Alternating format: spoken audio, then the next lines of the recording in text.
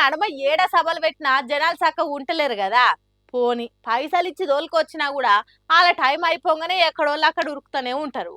కానీ గీడ అట్లా పోతురని గీళ్ళు చూడు ఎసొంటి ఉపాయం చేసిర్రో.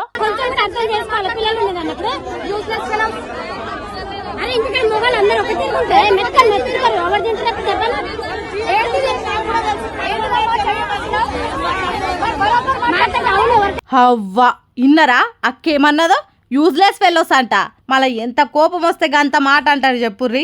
ఇంకొక ఆమెనైతే తలుపులు తీయకపోతే ఇరగొట్టేటట్టే ఉంది. అసలు మమ్మల్ని ఎందుకు లోపటేసి తాళం వేసిర్రు? జర్రంతనైనా దమాకులు పని చేస్తున్నాయా? మీరేం పోలీసులయ్యా? ఇంటికాడ పిల్లలున్నారు, అందరు మొగుళ్ళు ఒక్క తీరు ఉండరు. అరే అర్థం చేసుకోవాలి కదా, ఎందుకు దియ్యారు గేట్లు? రమ్మన్నారు వచ్చినాం, చీకటి అవుతుంది, ఇళ్ళకి పోవాలా వద్దా? ఇదేం లెక్క పద్ధతి? మీకేమన్నా బాకీ ఉన్నామా ఎట్లా? ఇప్పుడు గేట్లు తీస్తారా లేకుంటే ఇరగొట్టి పోవాలనా అని పొట్టార్చుకుర్రు ఈ అక్కలంతా ఆడున్న పోలీసు వాళ్ళను. మరి లేకుంటే ఎందులా సికింద్రాబాద్ పరేడ్ గ్రౌండ్లా సభ ఉందని వీళ్ళందరూ వచ్చిరట. మళ్ళీ ఆడోళ్ళాయే చీకటి అవుతుందని ఇళ్ళకి వెళ్తుంటే సీఎం రేవంత్ రెడ్డి మాట్లాడి వచ్చేదాకా ఇడికెళ్ళి వంపేదే లేదని గిట్ల తాళాలేసి ఆపేసిర్రు. ఇట్లా చేసి తూకుంటారా ఎప్పురోవలన్నా? ఇదేం కార్యక్రమం రా అయ్యా?